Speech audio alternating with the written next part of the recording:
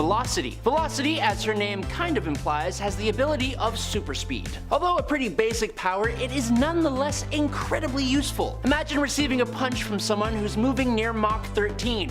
You're done. You ain't coming back. They punch you in the jaw, sorry, you no longer have a jaw anymore. That's just how it goes. Velocity has been clocked at running at speeds of Mach 13, and she is actually holding back because she's afraid if she runs any faster, she could destroy the Earth. And she likely could. Without something like DC's speed force to bend the laws of physics, moving at such extreme speeds at ground level could do terrible things to the Earth's atmosphere, as well as possibly incinerating anything on or near her path. Just think about that for like a little bit. Cyberdata, the group that gave Karen Taylor the cybernetic enhancements that turned her into Velocity and let her move at her crazy speed, also implanted Kevlar under her skin to prevent extreme damage from running at those speeds. I don't know, I feel like you gotta do a little bit more than that, but hey, I just work here. She also has a cybernetic device called the Brain Box that lets her process information at hyper speeds, which is something that at least won't destroy the planet. Number 9. Savage Dragon. The Savage Dragon is one of Image Comics' most popular and long-lasting characters, and he has been around since his debut as just Dragon in Graphic Fantasy #1 in June of 1982. Basically, the Savage Dragon woke up butt naked and with no memory in a burning field. He was a giant green man with a big old fin on top of his head and super ripped like most heroes are. Now, what he didn't know at the time was that he was actually an alien conqueror named KURR who originally came to Earth to conquer it, but was betrayed by 2 scientists. He was an enhanced member of the alien race called the Krillin, or Krylin, and his enhanced Krylin/Krillin physiology gave him superhuman strength, agility, and stamina, healing abilities, and telepathic resistance. Now, one of my favorite parts about this hero is that instead of joining a superhero team and being a typical hero, the Dragon actually wound up being a member of the Chicago Police Department and helping with their super freak problem. I think it's kinda cool to ground a character like that, but the nature of his powers still leave him near the top of the list. Number 8. Mighty Man. Different from most of the heroes on this list, Mighty Man is less of a person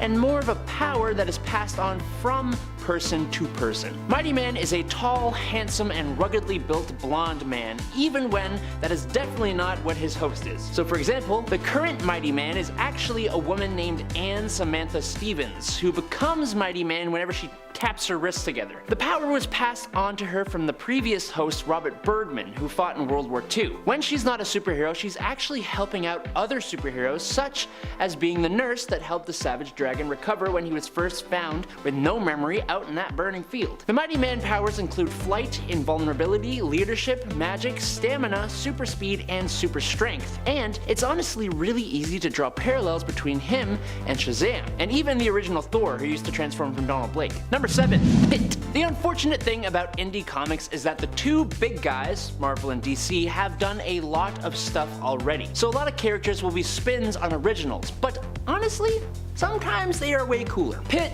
is basically inspired by the Incredible Hulk, but I don't want that to undermine how cool he is. The giant ball of hulking muscle and rage is a combination of human DNA mixed with genetic material from a race known as the Creed. Pit escaped from the laboratory where he was being studied, but was captured and trained to be an assassin, so that sets him apart already. While on a mission though, a child's consciousness was melded with Pit's, and after this merger, he fled to Earth and found a young boy who is technically his genetic relative. Pit is as crazy strong as he seems to look, and I don't know if you saw the super scary claws, but he has super scary claws, so that's kind of freaky. He also has a degree of telepathy and uses it to make himself an incredible tracker, establishing a mental link with whoever he's tracking, making him able to track them from the other side of the world. He also has emotional control, meaning he can unbalance other people's emotions in order to make them commit errors while fighting. And I don't know why I've never heard of another character doing that before. That's actually really cool. Whereas the Hulk gets stronger the madder he gets,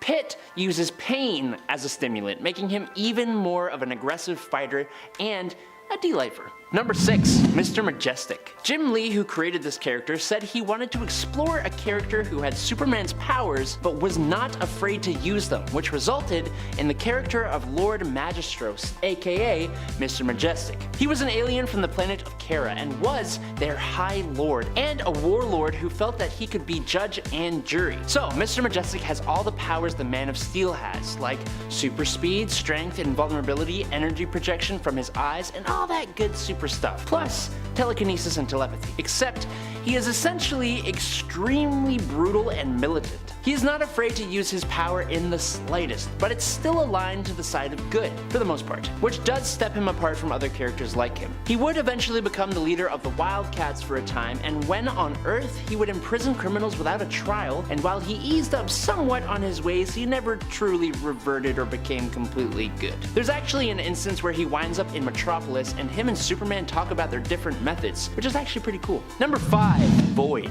Void's real name was Adriana Tereshkova, a Russian cosmonaut who, while on a space mission, had her craft destroyed by this crazy silver space orb that bonded with her. The orb was part of an entity named Omnia, who had passed on but had formed herself into several of these different colored energy orbs that found their way to various hosts. Void was basically, well, a void. During a battle, her face is actually literally knocked off of her body, revealing that there's nothing but energy inside of her metal shell body. One of her more useful powers was teleportation, being able to transport her teammates anywhere on Earth. She also has clairvoyance, precognition, being able to see the future, astral projection, chronokinesis, telekinesis, and energy manipulation. The greatest of those abilities was being able to see fragments of what the future held, a very useful ability that helped her and her team, the Wildcats, out on multiple occasions. Void at one point met the Valiant Comics character Solar, and when the two became lovers, their universes merged in a crossover event called Deathmate. So she can also merge universes together, which is, I mean, I'd say that's a pretty powerful ability. Number 4. Angelus. Angelus is an immortal being who's been worshipped by people as early as the Incan Empire back in the 15th century. Her counterpart, or opposite, is the Darkness, an evil entity that has existed since the beginning of time. Now, both entities require human vessels, but the Darkness follows the bloodlines of violent people such as criminals, whereas Angelus can choose whoever she wants. Angelus has the powers of light on her side and imbues in her human host strength, speed, stamina, flight, resistance to injury from earthly weapons, and the ability to create objects of pure light. On top of that, any host of Angelus can recall the memories of previous hosts, which is an extremely useful ability if you really think about it. Angelus does have a bit of a weakness though. To maintain a presence in the body she's occupying, the host body must be in light. Being in complete darkness can drain Angelus and cause death to the host, but Angelus would be fine, so I mean, not the worst of weaknesses, really. Number 3. Invincible. Now, I was going to choose Omni-Man for this top spot, but given how many Superman but brutal characters there are out there and how boring that is now, I wanted to talk about Mark Grayson himself. Mark is a member of the race known as the Viltrumites, which are a group of extremely powerful aliens who, due to their diminished numbers, go solo out into the universe to conquer planets for their empire. Mark's dad, Omni-Man, is the most powerful superhero on Earth, until one day he reveals his true Viltrumite mission and does battle with his son, who convinces him to the error of his ways. Now, Viltrumites are basically immortal. They age at an extremely slow rate, which slows down even further as they mature, eventually stopping altogether. They also get stronger and stronger with age, and every time they are defeated or gravely hurt in combat, they will heal, very quickly I might add, to be even more stronger than they were before. Viltrumites can also fly and survive the vacuum of space. Mark, his dad, and another Viltrumite flew through the core of a planet, completely destroying it, and Mark himself has defeated people much more powerful than him with sheer willpower and determination. He eventually becomes a galactic peacekeeper, bringing the whole universe to a state of complete peace and prosperity. He's actually a really great dude. Number 2. Supreme. Another Superman-like character. Yay! Don't hate me, please. Please. Supreme is known as a prime hero in his universe, meaning he is basically Superman, but more of an homage to the character. The origin of how Ethan Crane gained his powers is a little confusing. There have been two main writers, with the second one, Alan Moore, making him a heroic character, having him exposed to supremium radiation, turning his hair white and giving him flight, incredible strength, near invulnerability, super senses, the ability to project heat beams from his eyes, and speed supreme when he was 5 years old. He fought in World War II, then decided to go off-world and experience almost half a century of space adventures. When he returned to Earth, he was confronted by the Youngblood team, who didn't believe he was who he said he was. He's able to defeat their strongest character, Die Hard, within seconds, and that kinda changes their minds. But now, Supreme has to deal with a very different time period. So in a way, he's almost like Captain America 2, which is kind of a cool combo to have. And number 1, it's Spawn. Todd McFarlane created the character Spawn in May 1992, and this character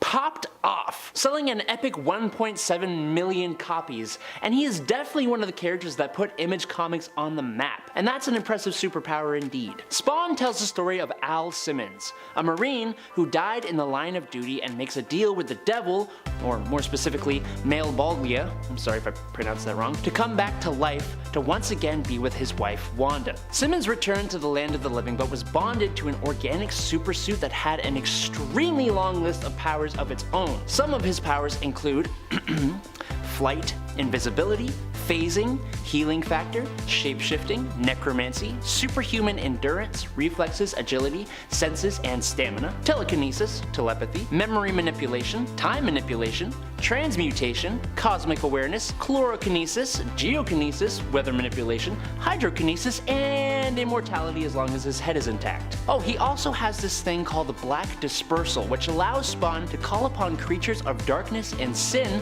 who will attack beings of light, but who Spawn can also control. These creatures include wolves, bears, worms, and bats, which is kind of rude to all those animals. Spawn also has necroplasmic energy manipulation, which basically equates to vast magical powers, which used to have a limit of 9,999 uses, but were only limited by his imagination. He's been able to conjure up a car key, materialize a box of fine wine for his friends, and even resurrect the dead at the cost of his necrometer. Spawn initially starts out in the shadows, fighting street criminals, but eventually takes the fight back to Male Bolgia, kills him, and becomes the king of hell. Number 10, the Vicious Circle. They might not be as great of a threat in terms of the areas that they cover, but the Vicious Circle still stands as the main antagonist for the long-running Savage Dragon series, first standing as opponents to the Dragon, KURR Dragon, and later to the Dragon, Malcolm Dragon, KURR's son. While Chicago has been known for its criminal gangs and mob bosses since back in the Prohibition days, the Vicious Circle would become the leading crime group in the area. That's how powerful they were. The Vicious Circle was originally led by Antonio Seghetti,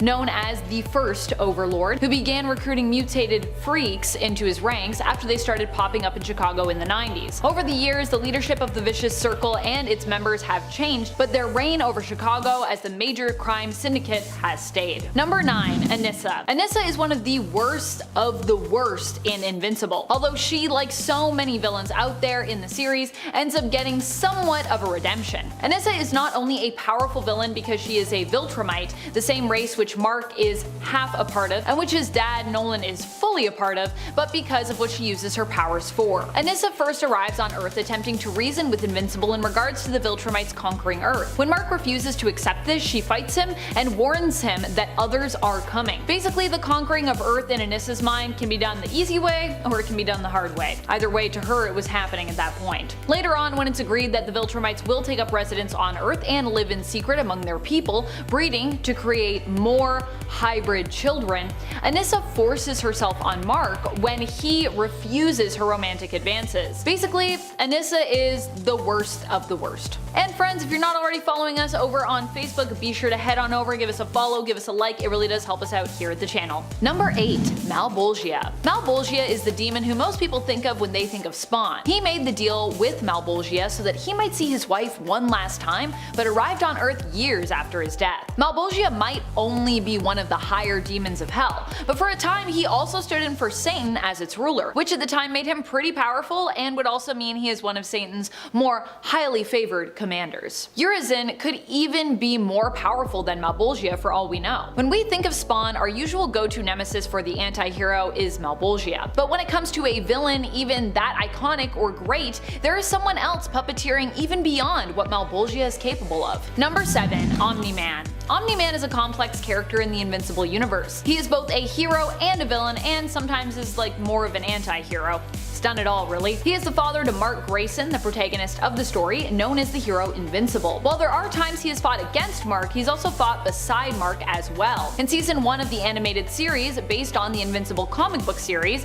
Omni-Man takes on and defeats single-handedly the Guardians of the Globe. Although he initially told his son that he and his race of superpowered beings, the Viltrumites, were heroes who traveled the universe finding worlds to protect, it is later revealed that this was actually a lie. Instead, the Viltrumites are people who travel the universe looking for worlds to conquer, which was also Omni-Man, aka Nolan Grayson's, objective here on Earth. The people of Earth can either surrender and live under Viltrumite rule, or resist and basically be destroyed. Later on in the comic series, however, Omni-Man would go on to become the new Emperor of Viltrum and use his power and influence to protect the people of Earth against other Viltrumites, who would seek, of course, to harm it. Number 6. Emperor KURR. Emperor KURR is actually none other than Savage Dragon, but is actually him in the past. He isn't Malcolm Dragon, but instead is KURR Dragon, known originally as The Dragon, who first appeared in the first issue of the 1992 Savage Dragon miniseries, so the original Savage Dragon. When it comes to KURR's origins, for years it was pretty much unknown. We simply knew him as the Dragon, with his powers and appearance being widely unexplained. He was found in a burning field in Chicago without his memories, suffering from amnesia. However, finally years later in 2005, we learned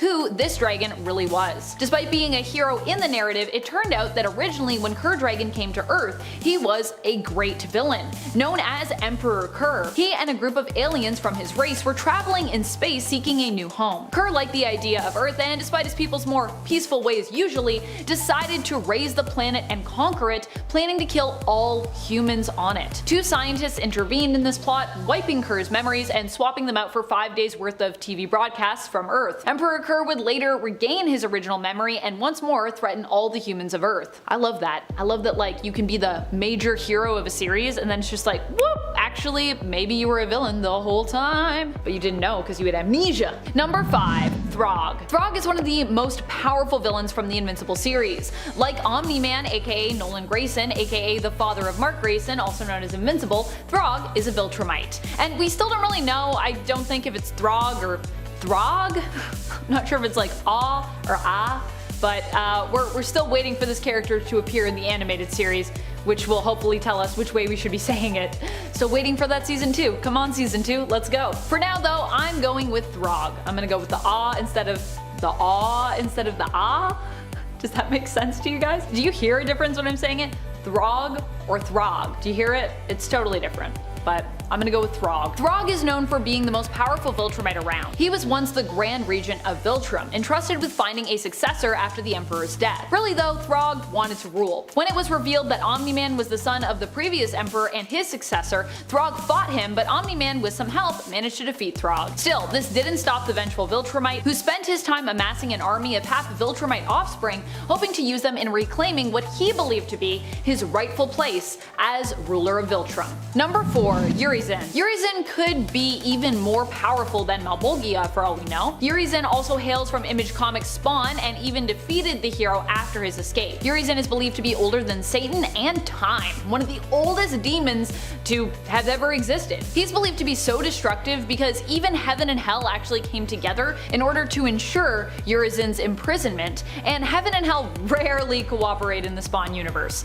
considering they both hate the other and basically want them gone. It's also theorized that the only way to defeat Urizen is to imprison them, as they are possibly unkillable. Spawn was only able to defeat Urizen after being killed by them and resurrected with the Green World, which gave Spawn enough power to once more imprison Urizen. Number 3. Gorl the Living Galaxy. Gorl the Living Galaxy is a villain who hails from Image Comics. He is a villain to Supreme, who is an Image character who has also been published by Maximum Press, Awesome Entertainment, and Arcade Comics along the way. So Image, but also sometimes not Image depending on when you were reading it. Supreme made his first appearance in Image Comics Youngblood in issue number 1 in 1992. Gorl, the Living Galaxy, was a villain of Supreme's who at one point kidnaps his superpowered sister, Suprema. Gorl threatens to destroy the Milky Way if she refuses to join him and become his bride. Suprema agrees and comes with the Living Galaxy, and because time works differently in his home at the edge of a black hole, 30 years would seem to pass for Suprema before Supreme came to her rescue, although that's just because time moves like really quickly there. Despite Supreme's powers, he's basically like Superman, even he decided the best way to resolve the issue would actually be to reason with Gorl and simply convince the Living Galaxy that Suprema wasn't really a suitable mate for him, which actually worked in the end. But you know someone's tough when you're like, let's not fight, let's just have a conversation about this. I don't know if I can beat a Living Galaxy, although I don't know, I believe in Supreme. If he needed to beat a Living Galaxy, probably could. Number 2, Satan. When we think of Spawn, our usual go-to nemesis for the anti-hero is Malebolgia. But when it comes to a villain, even that iconic or great, there is someone else puppeteering even beyond what Malebolgia is capable of. That would be Satan. Satan is so powerful, almost none can stand against him, especially when he is in his own dimension of hell. Satan is presented as possessing nigh omnipotence and also is omniscient. He's invulnerable, immortal, and packs a super meaty punch. He also has the power of having all of hell as his kingdom, where he is the ruler, meaning that he often doesn't stand alone and comes with a bunch of other demonic beings who will do his bidding when commanded. Number 1, Omega Spawn. Omega Spawn is a villain even more powerful than Satan, if you can believe that. And I know what you might be thinking, but wait a minute, Amanda, isn't Spawn supposed to be a hero in this world? Yes, he is, but also not so much in this case. This Spawn is an alternate version of Al Simmons who no longer possessed any of his humanity. This made the version of the character pretty bad. At one point, he kills everyone on Earth so he can use their souls to destroy heaven. He is also one of the few characters who is shown to be powerful enough to usurp Satan, being given the reign of hell by Satan himself. Satan was also the one to basically take away his last remnants of humanity so that Omega Spawn might become the weapon they needed to defeat heaven. However, this plan backfired somewhat. Omega Spawn would defeat heaven but would also destroy Satan as well. Initially, Omega Spawn was believed to be non-canon, being from an alternate reality where his narrative was never even really finished. However, as the multiverse opened up in the Spawn world and alternate versions of Spawn came together, Omega Spawn was revealed to be the big bad of all those multiversal spawns. So he does exist now in the main canon, and also he's super evil. Number 10, Christopher Welland, or Kid Spawn as I like to call him. I don't know if that's like an actual term that we've ever used, but yeah. Christopher is one of the lost souls who is kept within Spawn's heart. He acts as an ally to Spawn and later goes on to kill the serial killer Billy Kincaid. His story is that he ended up dying but was preserved by the Man of Miracles, who promises while appearing as the Green Lady that he will save Chris and one day return him to his mother. Save. It's not quite what happens, but still. The Man of Miracles keeps his promise, and his mother is then able to move on with her life, getting the closure she needed after her son's death. So he saved him more to just be like, he's still around and you can move on now, but he's still dead. But either way, Chris would be needed by Spawn, and so the Man of Miracles sent him there. Christopher has some of the powers of a HELLSPAWN and is able to use his costume as a weapon and save Spawn by helping him to remember his true identity. Christopher first appears in issue 150 of Spawn, and he's got a pretty interesting story arc if you want to check it out. I think you should check it out, it's pretty interesting, in my opinion. If you think the things that I think are interesting, you should check it out. That's what I'm gonna say. Number 9, Chibi Spawn. Chibi Spawn appears in the comic Spawn Kills Everyone, a story featuring the Chibi version of Spawn attending what appears to be San Diego Comic-Con. They refer to Hall H, so yeah, to discuss a new Spawn movie being released. He is super confident that his movie will blow every other superhero movie or TV show out of the water. But when he comes up against patrons and cosplayers attending the con who don't seem to acknowledge his greatness, he kills them in cold blood, echoing a scene out of Deadpool. He even makes a comment about his victims being dead in a pool of blood. Get it? Dead pool? Deadpool. Dead and pool are also very largely printed. Comic jokes. His most powerful moment though is probably when he goes on to take out his own creator, Todd McFarlane, who he kills for insisting on how cute Chibi Spawn is. For some reason I want to say that Todd McFarlane is actually not the creator of Spawn and that I said that name wrong. I wrote it just from my mind, but I'm pretty sure I'm right about that. I'm questioning everything. I feel like it's because there's a few McFarlanes in the world, is there not? Who's the other McFarlane? Seth MacFarlane. He's the one that makes all the shows and is Family Guy and stuff, right? Are Todd McFarlane and Seth MacFarlane related? That would be so weird. I don't think that's a thing. Number 8. HELLSPAWN. HELLSPAWN comes to us from a spin-off series and is technically Al Simmons, but I'm almost certain features a version outside of the main continuity. I'm pretty sure this is outside of the main continuity. HELLSPAWN was a series written by Brian Michael Bendis and Steve Niles, with art by Ashley Wood and Ben Templesmith. It offered a much darker look at the world of Al Simmons and the enemies and victims he would be involved with. Pretty surprising, really. I mean, how much darker can Spawn get, you might ask? It's already a pretty grim and often disturbing world and series in terms of the various events and villains depicted, and just how metal it looks. Like, it looks really metal. Can we all agree? I think we all agree on that. Well, you need to check out these alternate adventures for the character to really find out just how much darker it is. Even the artwork should give you an idea of how much darker this take from the early 2000s was. I mean, just look at this art. It's literally dark. It's very dark. We're talking Marvel's Runes levels of dark, friends. Number 7. Medieval Spawn. Medieval Spawn was Sir John of York in life, a medieval knight. He made his first appearance in the Spawn universe in issue number 9 of Spawn. Medieval Spawn would go on to team up with another badass in a Witchblade crossover in 1996. Oh yeah, Spawn and Witchblade, two awesome badass characters. Medieval Spawn would team up with the medieval Witchblade, if you will, Katarina Godliff. How fitting. He helped fight alongside Katarina during the invasion of the elven world of Fairy. Both he and Witchblade banded together to defend the realm and fight off the invasion. Image also released another team up later on titled Medieval Spawn and Witchblade, though this version is quite different, with Medieval Spawn being known by the name of Leith in life, or Lythe, who became ensorcelled and betrayed his king, and the Witchblade being a young girl named Starling, who finds the artifact and, who it's implied, comes from a long line of witches herself. Medieval Spawn only ranks so low because the original version from the 90s at least happened to walk into a trap laid by HELLSPAWN hunter Angela, while he was still getting used to his role as a HELLSPAWN. Don't worry though, Medieval Spawn still lives on despite being slain, as he's since been resurrected. Which I feel like happens a lot in Spawn, people getting resurrected. And friends, before we move on to this next spot, if you are loving this Spawn list and you want more Spawn lists, please let us know and we will give you more Spawn lists. How can you let us know? Subscribe, comment, like, all of those things tell us that you enjoyed the video. The end. But not really. Number 6. War Spawn. Captain Thomas Coram was an English soldier and has ties to Al Simmons' family later down the line. But before any of that transpired, he also fought in the First World War. War Spawn made his first appearance in issue 179 of Spawn. We'd later learned that he had a secret love affair with an African American woman, which was considered taboo at that time in history. They had to hide their love, but his paramour Selma ended up leaving after having their child Michael. She basically couldn't deal with the fact that they had to keep their love a secret, and she was like, tell me you love me or I'm gone. So she left. Michael would eventually grow up to become a soldier and ended up serving in the First World War under his father's command. Unable to stop Michael from joining the army, Thomas promised Selma that he would keep their son safe. It was after Michael died that Thomas made a deal with Male Bolgia to become a HELLSPAWN in exchange for his son's life. Michael's family line would eventually lead to Wanda, Al Simmons' widowed wife, who was therefore Thomas's descendant. Haha, the connection! Number 5. Gunslinger. Gunslinger is one of the most popular of the alternate HELLSPAWNs to exist. He made a deal in exchange for getting revenge for his murdered family back in the day. Gunslinger Spawn is Jeremy Winston, who before he married his wife was a preacher. For the most part, he was a peaceful sort referred to by the nickname of Old Job. But after the death of his family, he made a deal with the fallen angel Mammon and became Male Bolgia's servant. He got revenge for their deaths, but also killed every single person in the town except for one, which Mammon had forbid him from harming.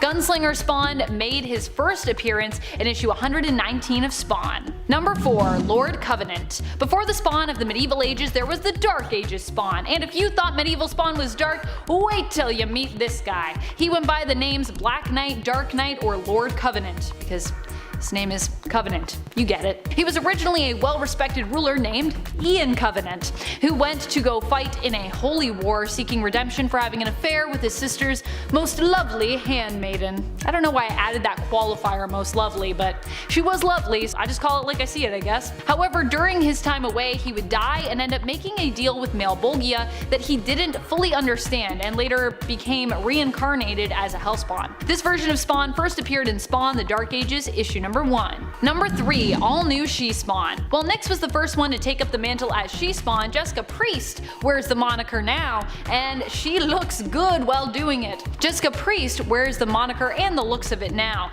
and boy does she wear it well. Jessica Priest is one of the world's greatest assassins who would end up being recruited by Jason Wynn, and in a twist, be the actual person responsible for killing Al Simmons. Aha! At least, we think so. That whole part of Al Simmons' backstory has kinda gone all over the place, truth be told. Retcons galore over there.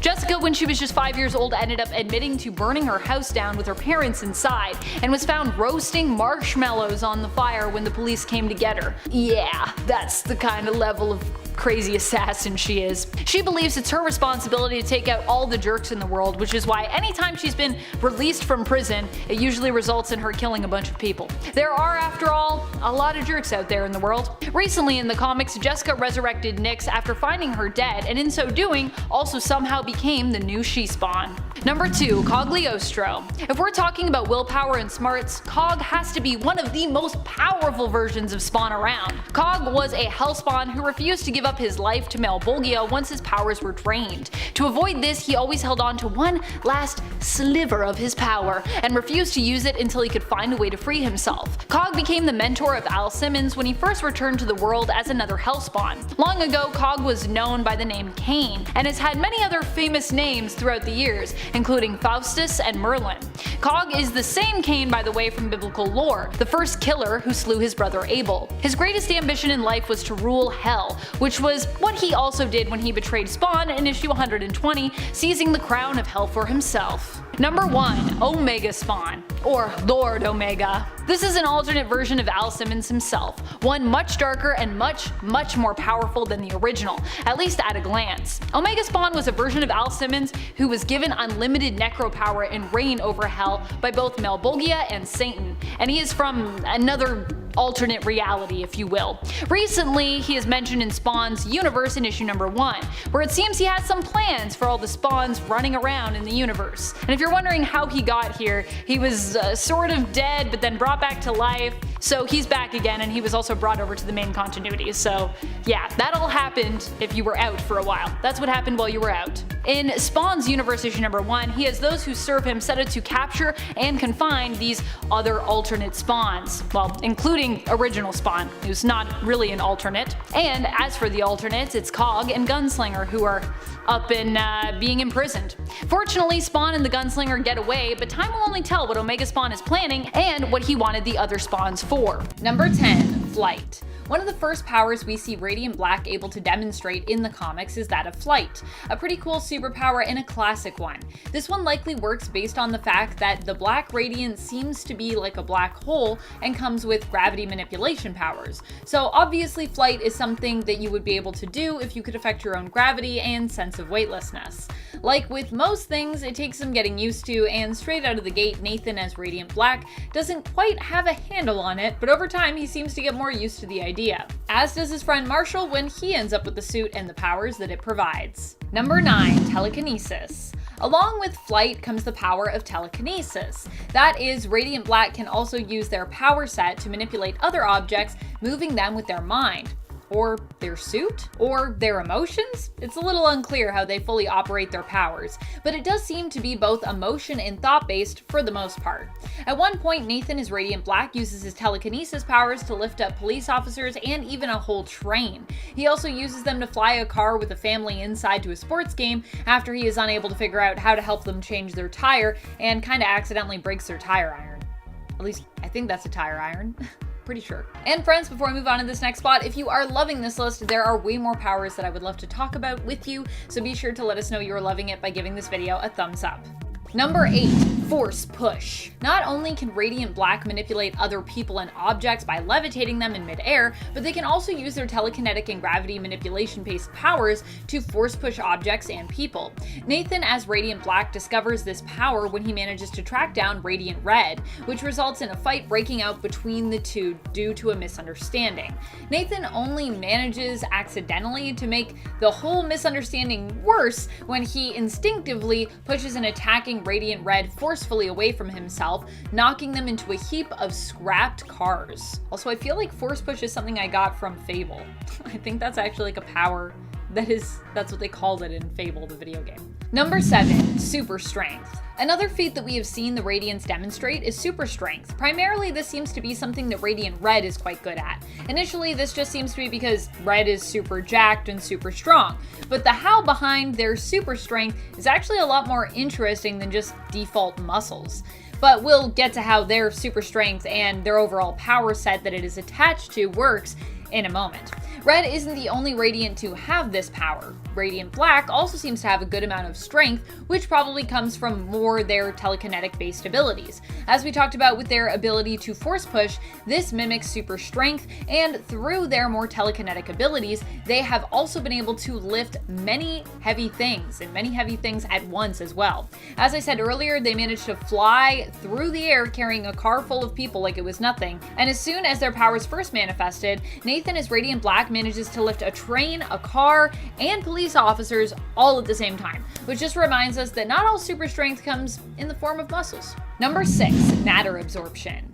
This is a power that Radiant Red demonstrates in the comics. As I said, we're not just focusing solely on Black here, but more the Radiants in general from the comics as a group, and all the powers that we've seen them utilize thus far, or at least as many as I could fit on this list, because there's definitely more.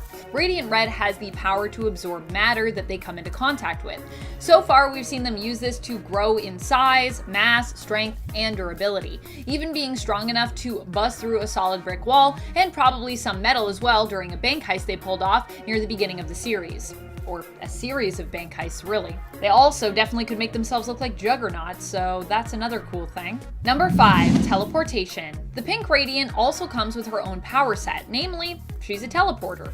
The crazy thing is how far she can teleport people. She created portals near her which can then be accessed by anyone in the immediate vicinity and moved through by said folks.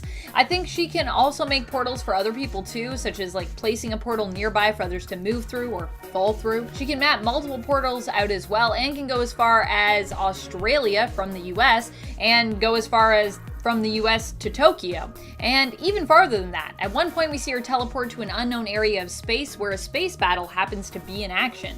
She managed to teleport back to Earth from there as well, taking herself and Radiant Black to Russia. The crazy thing about all that is that teleportation drains Pink, so the fact that she was able to do so much so quickly is really impressive when you understand some of her power's limitations. Number 4, power boost. For each of the other Radiants, Radiant Black seems to possess a team-up power. With Radiant Pink, that happens to be the capability to use his energy blast or his laser. I'm not sure what we want to call that power. It wasn't on this list, but it's another one that he has, to boost Pink's power.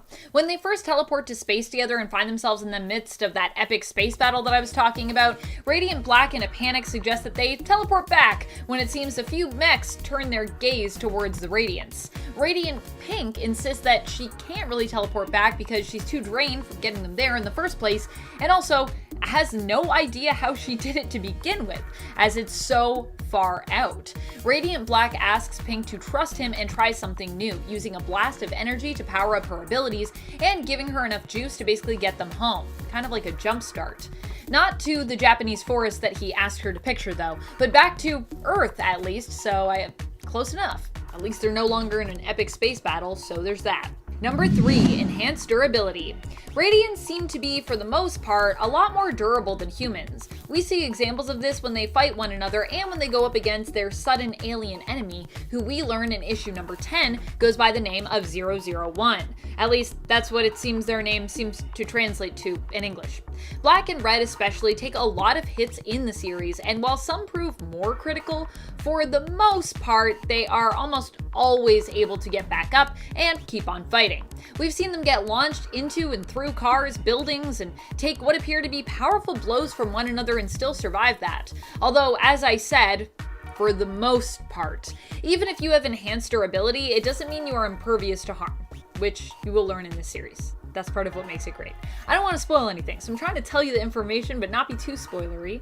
So yes, in case you haven't read it yet, but also go read it now so that it's not spoilery at all, and you know everything I'm talking about. Ha ha ha. Number 2, light manipulation. It's really hard to put into words what Radiant Yellow's power set is like, especially as we've really only gotten a taste of those powers in issue 8 thus far. But I'm gonna do my best to try to define what I think it is. From what I saw in issue 8, it looked to me like Radiant Yellow has the power to manipulate various light rays or perhaps energy waves, possibly similar to something we might see from Marvel superhero Monica Rambeau, which is pretty powerful. In the issue, we see Wendell, Radiant Yellow, use their powers to possibly magnify the force of Radiant Red, or perhaps simply to try and blast or disorient their opponent 001. That's when we see all the yellow heads that are kind of like little light shadows. Later on in the issue, Yellow blasts Black with what appears to be rays or beams of light which knocks them off their feet, appearing like a sonic or light-based energy blast. Though of course I'd lean more towards light than sonic-based, just based on this art. Looks pretty light-powered to me. Also there's that part where Radiant Yellow's visor just like blasts light. Seems pretty light-based. Number 1, telepathy. A closed network perhaps of telepathy, but still telepathy nonetheless. This seems to be something the Radiants can activate when they otherwise are unable to vocally communicate with one another.